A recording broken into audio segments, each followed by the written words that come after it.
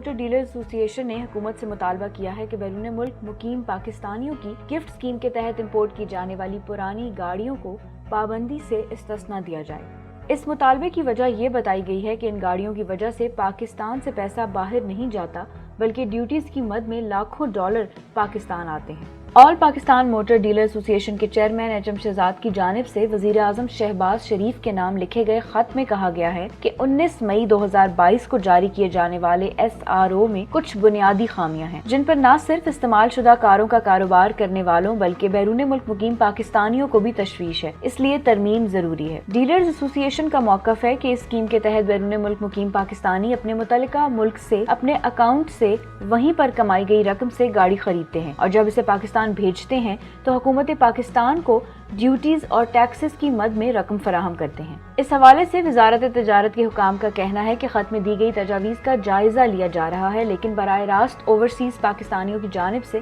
ایسا کوئی مطالبہ سامنے نہیں آیا۔